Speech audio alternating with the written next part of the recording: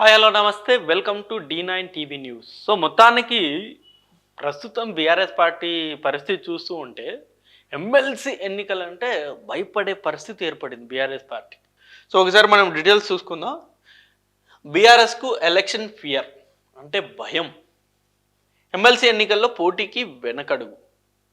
So మనందరికీ తెలుసు ప్రస్తుతం వచ్చేసి కాంగ్రెస్ పార్టీ మూడింటికి మూడు ఖచ్చితంగా గెలిచి మరొక్కసారి కాంగ్రెస్ పార్టీ సత్తా చాటాలని చెప్పేసి ప్రస్తుతం వాళ్ళు అనేక స్ట్రాటజీ తోటి ముందుకెళ్తున్నారు.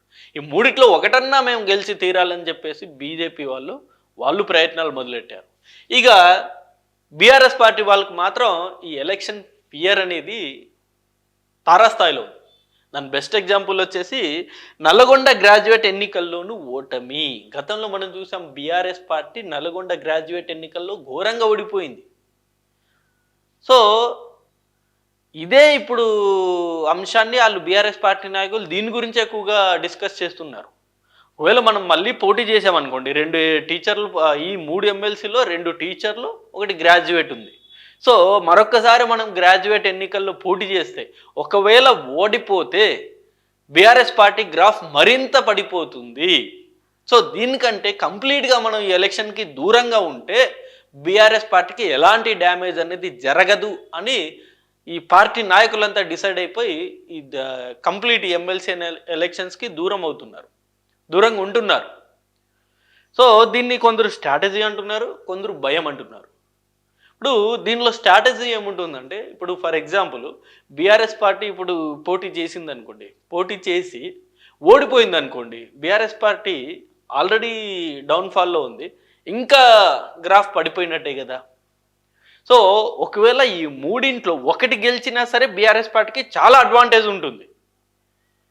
సో గ్రాడ్యుయేట్ ఎన్నికల్లో ఖచ్చితంగా ఇప్పుడు ఒక గ్రాడ్యుయేట్ ఎమ్మెల్సీ ఎన్నిక ఉంది. ఆ గ్రాడ్యుయేట్ ఎమ్మెల్సీ కనుక బీఆర్ఎస్ పార్టీ గెలిస్తే ఖచ్చితంగా భారీ అడ్వాంటేజ్ అవుతుంది బీఆర్ఎస్ పార్టీ ఇప్పుడున్న పరిస్థితుల్లో.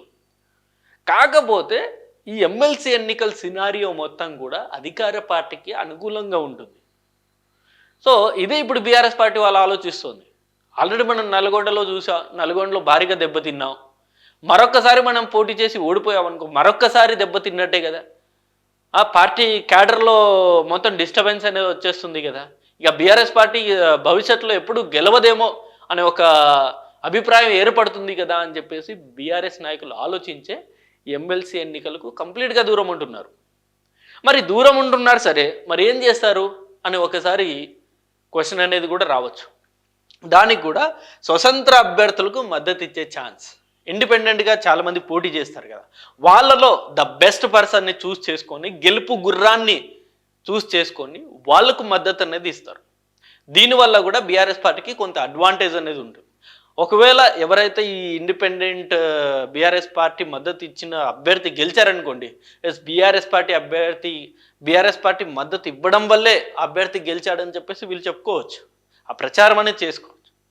ఒకవేళ ఆ అభ్యర్థి ఓడిపోయారనుకోండి, సైలెంట్ అయిపోవచ్చు, అది అతని ఓటంగా ప్రజల్లో వెళ్తుంది. సో ఈ స్ట్రాటజీనే ఇప్పుడు ప్రస్తుతం బీఆర్ఎస్ పార్టీ వాళ్ళు ఫాలో అవుతున్నారు. మనకెందుకు వచ్చిన రిస్క్, మనం డైరెక్ట్ బరిలో ఉండకుండా ఇండిపెండెంట్ అభ్యర్థికి మద్దతు ఇస్తే ఆయన గెలిస్తే మన ఖాతాలో వేసుకోవచ్చు, ఓడిపోతే ఆయన ఖాతాలోనే వెళ్ళిపోతుంది కదా అని చెప్పేసి ఒక ఆలోచనతోటి ఉన్నట్టు ప్రస్తుతం ఈ సోషల్ మీడియాలో ఇదే డిస్కషన్ అవుతుంది. 3 స్థానాలను అభ్యర్థులు ప్రకటించలే. అందుకే ఈ పాయింట్ ఆఫ్ వ్యూలోనే 3 స్థానాలు గాను అభ్యర్థులు ప్రకటించలేదు. ఇప్పుడు కాంగ్రెస్ పార్టీ ఏమో హోరాహోరీగా ముందుకెళ్తుంది, బీజేపీ పార్టీ ఏమో వాళ్ళు కూడా హోరాహోరీగా ముందుకెళ్తున్నారు.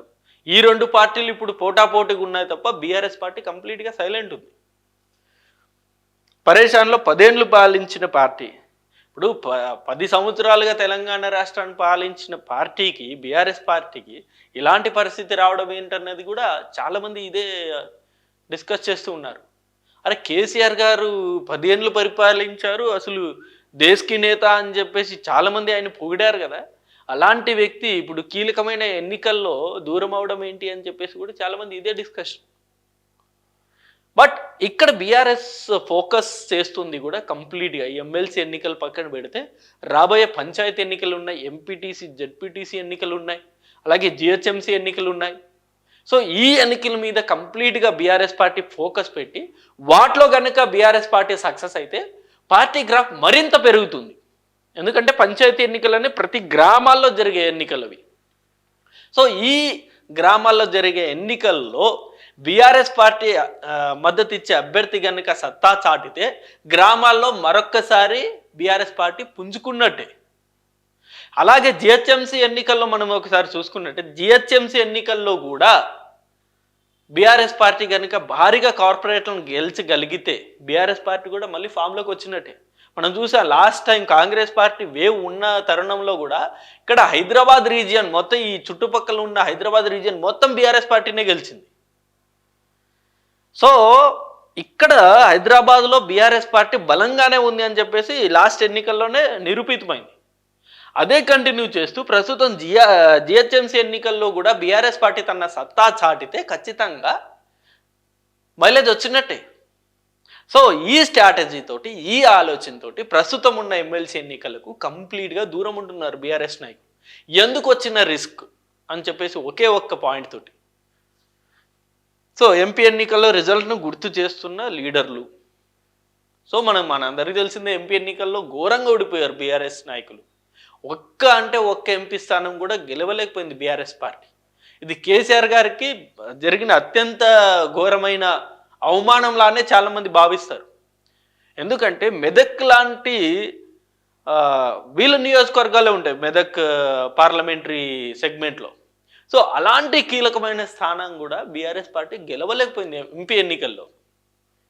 సో ఆబ్వియస్లీ అదే పార్టీకి అతిపెద్ద మైనస్. సో అదే ఆలోచిస్తున్నారు ఇప్పుడు. అరే ఎంపీ ఎన్నికల్లోనే ఇంత ఘోరంగా ఓడిపోయాం, దాని తర్వాత నల్లగొండ ఎన్నికల్లో ఘోరంగా ఓడిపోయాం, దాని తర్వాత ఇప్పుడు మళ్ళీ ఎమ్మెల్సీ ఎన్నికల్లో ఘోరంగా ఓడిపోతే పార్టీ ఇంకా దిగజారిపోతుంది కదా, ఎందుకు వచ్చిన రిస్క్? అదే ఇప్పుడు పంచాయతీ ఎన్నికలు ఉన్నాయి, జిహెచ్ఎంసీ ఎన్నికలు ఉన్నాయి, వాటిలో కనుక మనం గెలిస్తే ఆబ్వియస్లీ మళ్ళీ బీఆర్ఎస్ పార్టీ పుంజుకున్నట్టే కదా. ఈ సూత్రాన్ని మనం ఫాలో అవుదాం, ప్రస్తుతం ఈ ఎమ్మెల్సీ ఎన్నికలు మనం దూరం పెడదామనే ఆలోచనతోటి బీఆర్ఎస్ పార్టీ నాయకులు ఉన్నారు. ఇది ఓ రకంగా బీఆర్ఎస్ పార్టీకి మంచి అంశమే. కొన్నిసార్లు పోటీ చేయడం కంటే పోటీ నుండి తప్పుకోవడం చాలా బెటర్. గతంలో చంద్రబాబు నాయుడు గారు అనేక సందర్భాల్లో ఈ సూత్రాన్ని ఇంప్లిమెంట్ చేశారు, సక్సెస్ అయ్యారు ఆయన. సో అదే సూత్రాన్ని ఇప్పుడు ప్రస్తుతం బీఆర్ఎస్ పార్టీ కూడా కంటిన్యూ చేయాలని చూస్తుంది. కొన్నిసార్లు పోటీలో ఉండి ఓడిపోవడం కంటే పోటీ నుండి తప్పుకోవడమే బెటర్ అని చెప్పేసి. సో ప్రస్తుతానికైతే తెలంగాణలో ఈ ఎన్నికల హడావిడి అనేది మొదలైంది, తారాస్థాయికి వెళ్ళిపోయింది ఆల్రెడీ ఎన్నికల హడావిడి అనేది. సో మరి ఈ ఎన్నికల్లో అయితే కేవలం కాంగ్రెస్ వర్సెస్ బీజేపీ లానే ఉండబోతుంది. మరి నిజంగా కాంగ్రెస్ 3-3 గెలుస్తుందా, లేకపోతే బీజేపీ ఒక్క స్థానం అన్నా గెలుస్తుందా అన్నది మనకు ఫిబ్రవరి 27 తర్వాత తెలుస్తుంది, రిజల్ట్ రోజు తెలుస్తుంది. సో ఇది వీడియో. ఈ అంశం మీద అసలు కంప్లీట్గా ఈ బీఆర్ఎస్ పార్టీ ఈ ఎమ్మెల్సీ ఎన్నికలకు దూరం అవ్వడం అనే అంశం మీద మీ అభిప్రాయాన్ని కూడా కింద కామెంట్ రూపంలో తెలియజేయండి. Thank you for watching this video. Thank you.